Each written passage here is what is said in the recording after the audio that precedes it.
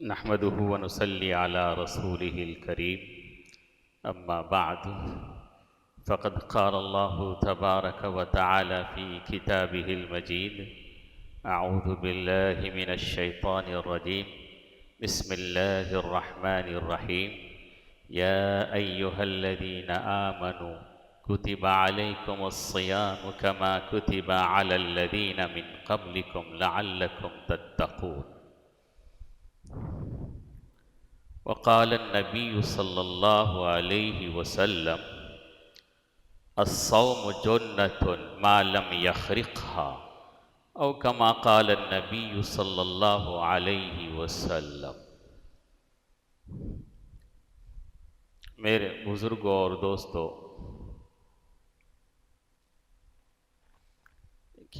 اللہ تبارک و تعالی نے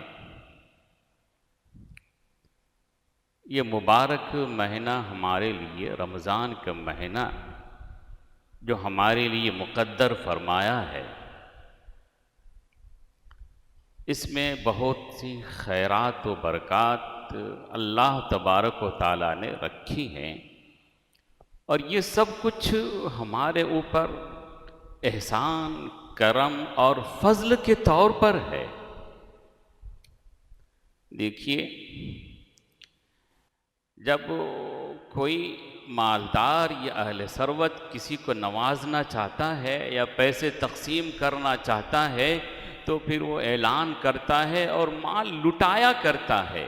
جس سے غریبوں کو، محتاجوں کو، فقراء کو، مسکینوں کو فائدہ ہوا کرتا ہے۔ تو یہ اللہ تبارک و تعالیٰ اس مہینے میں ہمارے اوپر یہ احسان اور فضل و کرم اس طور پر کر رہے ہیں کہ نیکیاں، برکتیں اور ہر طرح کی خیرات اللہ تبارک و تعالیٰ ہمارے لیے اس پہ لٹایا کرتے ہیں، اس لیے کہ ہم تو سب اللہ کے محتاج و فقراء ہیں۔ اللہ تبارک و تعالیٰ فرماتے ہیں کہ انتم الفقراء واللہ غنی، کہ تم سب اللہ کے فقیر، محتاج ہو۔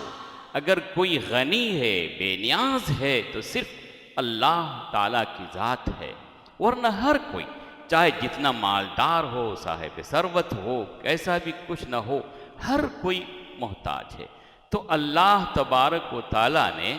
اس مہینے کو ہمارے اوپر جو روزہ رکھنا فرض کیا ہے، ہمارے اوپر احسان اور فضل کے طور پر بھی، اور تاکہ ہمیں اللہ تبارک و تعالیٰ ہر طرح کی نیکیوں سے اور خیرات سے نوازے۔ جی، بہانا چاہیے نا، نوازنے کے لیے بہانا چاہیے اپنے بندوں کو، اپنے خاص کو، اپنے خواص کو بلاتے ہیں اپنے دربار پہ، پھر نوازا کرتے ہیں۔ تو ایسے اللہ تعالیٰ اپنے بندوں کو بہانے سے اور خاص طور سے یہ مہینہ عطا کر کے اپنے بندوں کو نوازتے ہیں، بلاتے ہیں اپنے دربار پہ اور نوازا کرتے ہیں۔ جی، مختلف بہانے سے، ارے روزہ رکھو، نماز پڑھو، تراویح پڑھو، صدقات کرو، خیرات کرو، یہ کرو، وہ کرو، تمہیں وہ سب کچھ دوں گا جو میری شان کے مطابق ہے۔ تم نفل اور سنت کرو تو فرض کے برابر فرض کرو تو 70 گنا دوں گا، اور میرے یہاں کوئی کمی نہیں ہے۔ یہ اللہ تبارک۔ تو اللہ تبارک و تعالیٰ نے اس مہینے میں اپنے بندوں پر روزہ فرض کیا، ضروری لازم قرار دیا، اور فرمایا یا ایھا الذین آمنوا کتب علیکم الصیام۔ دیکھیے، اب دیکھیے نا کس طرح کے الفاظ اللہ تبارک و تعالیٰ نے قرآن پاک میں دیکھیے ادا کیے اور اختیار کیا اپنے بندوں کو خطاب کرنے کے لیے۔ ایک چیز لاگو اور فرض واضح کی جاتی ہے، سرکار کی طرف سے کوئی حکم ہوتا ہے کہ فلاں قانون لاگو کیا جاتا ہے تو آرڈر ہوتا ہے، کیا ہوتا ہے کہ یہ کام کرنا ہے، اور پھر سارے لوگ اس حکم کے ماننے لگتے ہیں۔ لیکن اللہ تبارک نے کیا فرمایا؟ یا ایھا الذین آمنوا۔ ابھی ایک تو یہ تھا کہ کسی کا نام لے کر کہہ دیا جائے کہ تم یہ کام کرو، کرنا پڑتا، اور یہ ہے کہ اللہ تبارک، کوئی آدمی اپنے بیٹے سے کہو بیٹا یہ کام کر لینا نا، دیکھیے کتنا پیار ہے، بیٹا یہ کام کر، وہ بیٹا فرما بردار ہوگا تو ضرور کام کرے گا۔ جی، اور ایک ارے میاں عبداللہ وہ کام کر لینا، دیکھیے یہ ایک حکم ہوتا ہے ٹھیک ہے بیٹا فرما بردار ہے، کام تو کرے گا، لیکن اس میں پیار نہیں ہے، جو پیار اس میں کہ بیٹا وہ کام کر لینا۔ تو ایسے ہی فرمایا کہ یا ایھا الذین آمنو، اے مومن، دیکھیے ایک انداز تو یہ کہ اے مومن، اے ایمان والا، پیار سے ایمان، ایمان کا تقاضا کیا ہوتا ہے؟ کیا ہے ایمان کا تقاضا کیا ہوتا ہے نا؟ ایک تو یہ پیار ہے، اس میں محبت کا انداز ہے، اسلوب ہے، اس کے علاوہ ایک اس بات کا بھی واسطہ دیا گیا ہے، ایمان کا واسطہ۔ ایمان والے وہ کیا کرتے ہیں جو اللہ تعالیٰ کا حکم ہوا کرتا ہے، اللہ کے حکم کے خلاف ایمان والے نہیں کرتے ہیں، اس لیے کہا گیا یا ایھا الذین آمنو، ایمان والے، تم ایمان والے ہو، تمہارا ایمان ہے۔ مومن کی یہ شان ہے کہ اللہ کے حکم کے سامنے بالکل جھک جائے، جی اطاعت کرے، مومن ہو، مسلمان ہو اور اللہ کے حکم کے خلاف کرے، یہ نہیں ہو سکتا۔ کیا ہے؟ مومن ہو، مسلمان ہو اور اللہ کے کسی حکم کے خلاف کرے، یہ نہیں ہو سکتا۔ کوئی بیٹا ہو اپنے باپ کا اور باپ کی نافرمانی کرے، یہ نہیں ہو سکتا۔ اس سے بڑھ کر اللہ کی ذات ہے کہ اللہ کا بندہ ہو، مومن ہو، مسلمان ہو اور خدا کے خلاف کرے، یہ کہاں سے ہو سکتا ہے؟ یہ بات ہے کہ باپ اپنے بیٹے سے وصول کرتا ہے، لیکن ایک اللہ تبارک و تعالیٰ اپنے بندوں پر جتنی اپنی محبت نچھاور کرتا ہے، اسے ڈھیل دیتا ہے، مہلت دیتا ہے، مختلف انداز سے، مختلف ذریعے سے، مختلف وسائل سے اس کو اپنے قریب بلاتا ہے۔ جی کبھی بندہ میرا لوٹ کر آ جائے، کبھی بندہ میرا لوٹ کر آ جائے، اور جب ایک بندہ اپنے رب سے ٹوٹتا ہے، پھر اس کے بعد جب اپنے رب کے قریب آتا ہے تو اللہ تبارک و تعالیٰ اس بندے سے بہت خوش ہوتا ہے۔ میرا بندہ میرے قریب آ گیا جو مجھ سے بچھڑ گیا تھا۔ جیسے ایک باپ کا بیٹا اگر بچھڑ جاتا ہے، گم ہو جاتا ہے، پھر آ جاتا ہے، تو یہ تو کیا اللہ اس سے زیادہ خوش ہوا کرتے، کیا ہے؟ ہاں، تو ایسے ہی حوالہ دے کر کہا مومن ہو میرا بیٹا، یعنی ایمان والا۔ ایمان کا معنی یہ ہے کہ میرا حکم مان، ایمان کا مطلب تابع دار، ایمان کا مطلب تابع، مسلمان کا مطلب تابع دار، ایمان کا مطلب ماننے والا، جو حکم ہو گیا اس کو مان، اس کو کہتے ہیں ایمان، اس کو کہتے ہیں ماننے والے کو مومن۔ اور مسلم اس کو کہتے ہیں جو اپنے آپ کو اللہ تبارک و تعالیٰ کے ہر حکم کے سامنے جھکا دے، اطاعت فرما برداری اس کی زندگی کا شعار ہو، کبھی اس کی زندگی میں نافرمانی نہ ہو۔ لیکن ہمارا کوئی لمحہ نافرمانی سے خالی نہیں گزرتا ہے۔ اللہ تبارک و تعالی ہم سب کے گناہوں کو معاف کرے۔ کوئی لمحہ خالی نہیں جاتا ہے، کوئی ایسی ساعت خالی نہیں جاتی جس میں ہم سے گناہ نہ ہوتا ہوگا۔ کتنی نافرمانیاں ہم کرتے ہیں، ہو سکتا ہے کہ ہمارے باپ، ہمارے سردار یا ہمارے سیٹھ ہماری نافرمانی کو برداشت نہ کرے، لیکن اللہ تعالیٰ دیکھیں کتنا برداشت کرتا ہے، ہم کو کھلاتا پلاتا اور ساری نعمتیں ہم پر برسایا۔ تو ایمان کا حوالہ دیا، کیا دیا؟ ایمان کا حوالہ دیا کہ کتب علیکم الصیام، تمہارے اوپر روزہ رکھنا فرض کیا گیا، ضروری، اللہ کا حکم ہے، اللہ کا حکم ہے۔ فمن شہد منکم الشہر فلیصم، جو بھی رمضان کا مہینے کا چاند دیکھ لے اس پہ روزہ رکھنا ضروری ہے، رکھے روزہ۔ یہ ایک سرکاری حکم ہوتا ہے، کوئی پولیس کے اداروں کا کوئی حکم دے دے تو سب دوڑے پھرتے ہیں اپنے کاغذات دے کر کے، یہ کر کے وہ کر۔ جی اللہ کی ذات سب سے بڑی طاقت، اور لا حول ولا قوت الا باللہ، کسی کام کے کرنے کی طاقت، کسی کام سے روکنے کی طاقت اللہ کے علاوہ کسی اور کی نہیں، نہ کسی حکومت کی، نہ کسی وزیر اعظم کی، نہ کوئی صدر کی، نہ کسی اور کی۔ اگر ذات ہے کسی کی طاقت والی تو اللہ تبارک و تعالیٰ کی طاقت ہے۔ لا حول ولا قوت الا باللہ میں اسی کا اقرار کرایا جاتا ہے، جیسے لا الہ الا اللہ میں بھی اسی کا اقرار کرایا جاتا ہے۔ تو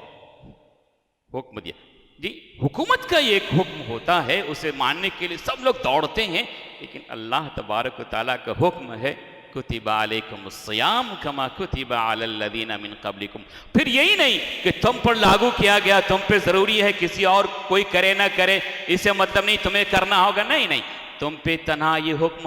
ہم نے نہیں دیا ہے، بلکہ تم سے پہلے لوگوں نے بھی روزے رکھے ہیں۔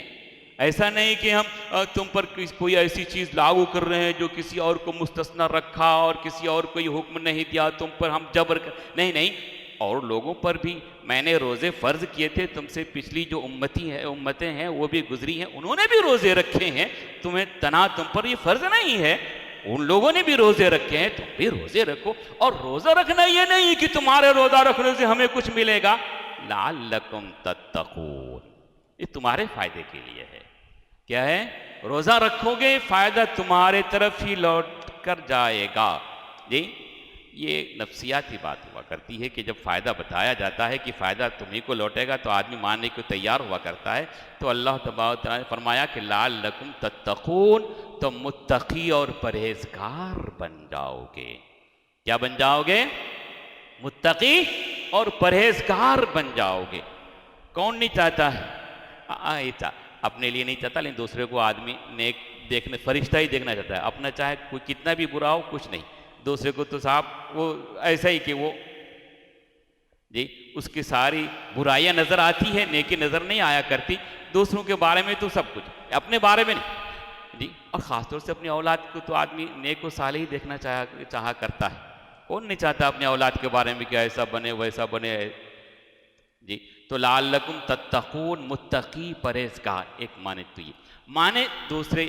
وسیع، تاکہ تم جہنم کی آگ سے بچ جاؤ جی۔ اگر تم روزے کے جو احکام، اس کے آداب ہیں، اس کی جو سنتیں ہیں، اگر اس طرح سے تم نے روزے رکھے ہیں تو تمہارے اندر تقوی اور پرہیزگاری آئے گی۔ تقوی اور پرہیزگاری کا مطلب تم برائیوں سے بچنے لگو گے جی۔ تمہاری آنکھیں غلط استعمال نہیں، تم اپنی آنکھوں کا غلط استعمال نہیں کرو گے، اپنے کانوں کا غلط استعمال نہیں کرو گے، اپنی زبان کا غلط استعمال نہیں کرو گے، بلکہ اپنی فکر اور سوچ کا بھی غلط استعمال نہیں کرو گے۔ جب روزے تم اس طرح سے رکھو جس طرح کے روزے رکھنے کا حکم دیا گیا ہے جی، اگر روزہ ایسا رکھو گے تو تمہارے اندر تقوی پرہیزگاری آئے گی، اور ہمارے اندر جو تقوی اور پرہیزگاری نہیں آ رہی ہے، ساری برائیاں، سارے گناہ رات کی تنہائیوں میں، بلکہ جلوت میں بھی، لوگوں کے سامنے بھی لوگ دھڑلے سے بہت سارے کچھ کرتے ہیں۔ تو یہ کیوں؟ اس لیے کہ روزہ ہمارا ویسا روزہ نہیں ہوا کرتا جی۔ اگر روزہ ہمارا ایسا ہوتا جیسا اللہ تبارک و تعالیٰ کا حکم ہے روزہ رکھنے کا، تو ہم پھر سارے گناہوں سے بچتے، سارے برائیوں سے بچتے، ہمارا گھر پاک ہوتا، جنت کا نمونہ ہوتا، ہماری اولاد بھی ایسی ہوتی جیسے ہم اپنی اولاد کو دیکھنا چاہتے ہیں۔ لیکن چونکہ ہمارا گھر پاک نہیں ہے، ہمارا گھر بالکل گناہوں میں ڈوبا ہوا ہے، سب کچھ کرتے ہیں، آج کل تو ذرائع بہت سارے ہیں تو سب کچھ کرتے ہیں، ہماری اولاد دیکھتی ہے ہم کیا کرتے ہیں، اور اولاد اپنے باپ کے نقش قدم پہ چلا کرتی ہے، جیسا باپ ویسا بیٹا ہوگا۔ لہذا کیا ہے؟ اپنے آپ کو پاک و صاف رکھیے، اور پاک و صاف رکھنے کا طریقہ اللہ تبارک و تعالیٰ نے فرمایا روزہ رکھو لعلکم تتقون، تمہارے اندر تقوی پر۔ ارے مومن ہونے کی وجہ سے آدمی بہت سارے گناہ چھوڑ دیا کرتا ہے، اور ایسی جب روزہ ہوتا ہے تو آدمی کہتا ہے اچھا روزے سے جی نہیں۔ اللہ کے رسول صلی اللہ علیہ وسلم نے کیا فرمایا؟ دیکھو کیا فرمایا کہ ان امرؤ قاتلک او شاتمک فقل له انی صائم، او کما قال مرتين، کہ اگر روزے کے حالت میں تمہیں کوئی قتال کرنے لڑنے آئے اور تمہیں گالی والی دے، تو اس کا مطلب یہ نہیں کہ تم اس کو گالی، تم اس سے کہو کہ نہیں بھائی میں روزے سے ہوں۔ دیکھیے روزے سے ہوں، روزہ دار آدمی ایسا نہیں کرتا۔ کیا ہے؟ میں روزے سے ہوں، تم گالی دے میں تمہیں گالی نہیں دوں گا۔ ایک مطلب تو یہ ہوتا ہے بھئی میں روزے سے، میں نے روزہ رکھا، روزہ کا مطلب یہ ہوتا ہے کہ میں تمام گناہوں برائیوں سے رکا ہوا ہوں۔ روزے کا مطلب یہ نہ ہوتا ہے لہذا گالی دینا برا ہے، کسی کو برا بھلا کہنا برا ہے جی، اس لیے میں تمہیں تو نہیں دوں گا۔ اور ایک مطلب تو یہ بھی بتایا جاتا ہے کہ بھئی میں نے روزہ رکھا ہے، مومن ہو مسلمان، اس کی اتنا تو خیال کرو روزے کا کم از کم، اور روزے کا تو خیال کرو۔ ایک روزے دار آدمی کو، ایک اللہ کے بندے کو جس نے روزہ رکھا ہے، ایک روزہ رکھا ہے، اس کو تم گالی دے رہے ہو، اس سے لڑتے یا جھگڑتے ہو۔ اور دیکھیے نا کیا ہے، وہ اللہ کا ولی ہے جس نے روزہ رکھا، الصوم لی وانا، کہ روزہ میرے لیے ہوا کرتا ہے، وہ اپنا کھانا پینا شہوت کی ساری چیزیں چھوڑا کرتا ہے، وہ سب میرے لیے چھوڑتا ہے، اور روزہ میرے لیے ہوا کرتا ہے۔ جو روزہ اللہ تبارک و تعالیٰ کے لیے کرتا ہے وہ اللہ کا خاص بندہ، اللہ کا ولی ہو جایا کرتا ہے۔ اور اللہ کے رسول صلی اللہ علیہ وسلم فرماتے ہیں، حدیث قدسی ہے، من عاد لی ولیا فقد آذنتہ بالحرب، جس نے میرے کسی دوست سے کسی طرح کی دشمنی کی، لڑائی جھگڑا کی، میں نے اس سے لڑائی کا اعلان کر دیا۔ من عاد لی ولیا فقد آذنتہ بالحرب، جس نے میرے کسی دوست سے، میرے ولی سے، تو جس نے اللہ کے لیے روزہ رکھا ہو۔ ارے ایمان والا خود اللہ کا ولی ہوتا ہے، کیا ہوتا ہے؟ لیکن ولی کے معنی دوست کے، ولی کے معنی حضرت مفتی تقی صاحب نے بتایا ہے اس میں کہ ولی کے معنی ایسا ہوتے ہیں جو ہمراز ہوا کرتا ہے، بہت قریب ہوا کرتا ہے، جو اس کے ہر بات میں عمل دخل دیا کرتا ہے اور اس کے پاس آیا جایا کرتا ہے، وہ اللہ کا ولی ہو جاتا ہے۔ اللہ کے رسول صلی اللہ علیہ وسلم نے اس طرح کی دعا کرنے کی بھی تلقین کی کہ اس طرح کی دعائیں کیا کرو، تو اللہ کا ولی ہو جاتا ہے۔ جو اللہ کا ولی ہو جاتا ہے تو پھر اللہ تعالیٰ فرماتے ہیں جو میرے کسی ولی کو تکلیف پہنچائے گا اس کے ساتھ میرا اعلان جنگ ہے۔ کیا ہے؟ جو میرے کسی ولی کو، اور ایک مسلمان ولی ہوا کرتا ہے، دوست سب برابر نہیں ہوا کرتے ہیں، ایک کوئی جگڑی ہوا کرتا ہے اور کچھ اٹھنے بیٹھ، لیکن ہوتے ہیں نا دوست، ہر قسم کے دوست ہوتے ہیں۔ تو جو جتنا بڑا مسلمان، جو جتنا بڑا نیک اور جتنا بڑا مخلص ہوگا، اللہ کا اتنا بڑا دوست ہوگا، اور جو اتنا مخلص نہیں ہوگا، نیک نہیں ہوگا، تو اتنا کم درجے کا دوست ہے، لیکن ہوتا دوست ہے۔ لیکن اور معمولی دوست کی برائی یا اس سے کوئی دوسرا کوئی لڑائی کرے، اس سے جھگڑے اور اسے دوست پسند کر لے، ایسا نہیں ہوتا۔ تو اللہ تعالیٰ نے فرمایا من عاد لی ولیا فقد آذنتہ بالحرب، جس نے میرے دوست کے ساتھ کسی طرح کی کیا اس کو تکلیف پہنچائی، لڑائی کی، اس کے ساتھ میرا اعلان جنگ ہے۔ جی، تو ایک مومن جب روزہ رکھتا ہے اللہ تبارک و تعالیٰ کا، تو کیا ہے اس کے آداب کا خیال کرنا چاہیے۔ اللہ تبارک و تعالیٰ نے جن چیزوں سے روکا ہے ان چیزوں سے روکنا چاہیے۔ تو اس میں صلحاء اور علماء یہ فرماتے ہیں کہ عجیب بات ہے، جن چیزوں کو اللہ تبارک و تعالیٰ نے روزے کے علاوہ اور دنوں میں حلال قرار رکھا ہے، اس سے تو آدمی رک جاتا ہے۔ مثلا جیسے کھانا پینا ہے، ہمیشہ حلال ہوا کرتا ہے، روزے کے مہینے میں صرف دن میں کھانا پینا اللہ نے حرام قرار دیا ہے، لیکن جھوٹ بولنا، غیبت کرنا اور طرح کے گناہ یہ تو ہمیشہ حرام ہے، یہ تو ہمیشہ حرام ہے، لیکن ان باتوں سے رکتا نہیں ہے، روزہ رکھتا ہے نہیں رکتا ہے۔ تو اللہ کے رسول نے فرمایا کیا؟ الصوم جنۃ ما لم یخرقھا، کہ روزہ ڈھال ہوا کرتا ہے، روزہ ڈھال ہوا کرتا ہے، اس کو جہنم میں جانے سے بچانے والا ہوا کرتا ہے، جب تک کہ اس ڈھال کو پھاڑے نہ، برباد نہ کرے۔ اب برباد کرنا یہی، آدمی زبان سے جھوٹ بولے، زبان سے غیبت کرے، جی غیبت کرے۔ اللہ کے رسول صلی اللہ علیہ وسلم نے فرمایا غیبت کرنے سے روزہ ٹوٹ جاتا ہے۔ کیا ہو جاتا ہے؟ روزہ۔ لیکن فقہا کہتے ہیں کہ روزہ ٹوٹتا نہیں ہے، ثواب نہیں ملتا ہے، لیکن حضرت امام سفیان ثوری فرماتے ہیں کہ اس طرح کی حدیثیں جو اللہ کے رسول صلی اللہ علیہ وسلم سے منقول ہیں کہ روزہ یعنی غیبت کرنے سے روزہ ٹوٹ جاتا ہے، جو جان بوجھ کر نماز چھوڑ دیتا ہے وہ کافر ہو جایا کرتا ہے۔ اگر اس کی یہ توجیہ کی جائے کہ روزہ نہیں ٹوٹتا، وہ کافر نہیں ہوا کرتا، کفر کے قریب ہوتا ہے، اس کا مطلب یہ کہ جو حدیث کا ٹیمپریچر ہے، حدیث کا جو اثر ہے وہ ختم ہو جاتا ہے۔ کیا ہوتا ہے؟ وہ ختم ہو جاتا ہے۔ اس لیے کم از کم ہم کو تو سمجھنا، ایک بات ایسی بات بھی ہوئی کہ ایک آدمی نے غیبت کیا، تو غیبت کرنے کے بعد اللہ کے رسول نے کہا کہ تم نے مردار کا گوشت کھایا، خلال کیا تو گوشت نکلا، وہ تو اللہ والوں کی بات۔ تو ایسا ہے، کیا ہے؟ غیبت سے روزہ ٹوٹ، تو آدمی غیبت نہیں، آدمی غیبت کرتا ہے تو پھر دیکھیے اس کا روزہ، تو پھر اس کے اندر تقوی پرہیزگاری کہاں سے آئے گی؟ تقوی اور پرہیزگاری، جھوٹ بولنا، زبان کی جو جھوٹ بولنے سے منع کیا ہے۔ ایک مرتبہ اللہ کے رسول صلی اللہ علیہ وسلم نے فرمایا کہ گناہ کبیرہ شمار کر رہے تھے، گناہ کبیرہ میں سے سب سے پہلے فرمایا اللہ کے ساتھ شرک کرنا گناہ کبیرہ ہے۔ دوسری بار فرمایا، کیا فرمایا؟ ماں باپ کی نافرمانی کرنا۔ تیسری بات فرمائی شہادت الزور او قال قول الزور، جھوٹ بولنا، جھوٹی گواہی دینا۔ اللہ کے رسول صلی اللہ علیہ وسلم لیٹے ہوئے تھے یا ٹیکے ہوئے تھے، اور یہ کہا